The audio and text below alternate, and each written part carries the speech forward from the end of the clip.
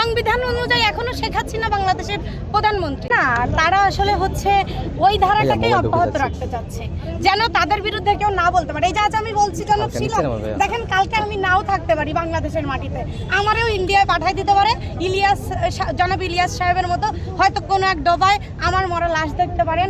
আমরা সন্দিহানি বিষয়ে, সত্যি কথা আমাদের মানে কি বলবো, এই বিষয়ে আমরা নিজেরাও, এই যে আজকে আমার যে ভাইরা এখানে দাঁড়িয়েছে, পর্যায়ক্রমে আগামী 6 মাসে এদেরকে আসলে পাবেন কিনা, এদেরকে দেখতে পাবেন কিনা, এ বিষয়ে আমরা আসলেই একটু ভাবছি। ওই যে সংবিধান আর যেই নাটকীয়তা, ওইটার হিসেবে তো তাহলে হচ্ছে স্বৈরাচারী ফ্যাসিস্ট হাসিনার পিতৃ পরিচয়ে যিনি ছিলেন জনাব শেখ মুজিবুর রহমান, সংবিধান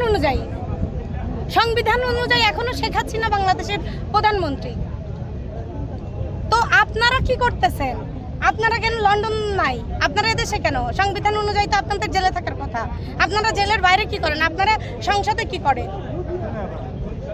এই প্রশ্নগুলো আমার তাদের কাছে থাকলো। আমি খুব ছোট মানুষ, আমি খুব উচ্চশিক্ষিত মানুষ না, আমি সংবিধান কম জানা বোঝা একটা মানুষ। তারপরেও দেশের জন্য যতটুকুন পড়া দরকার, যতটুকুন জানা দরকার, জনগণের স্বার্থে যতটুকুন জানা দরকার, নিজেদের ভালোভাবে দেশে নিজের স্বাধীনতা, নিজের নিরাপত্তা নিয়ে বেঁচে থাকার জন্য সংবিধান যতটুকুন জানা দরকার ততটুকুন জানি।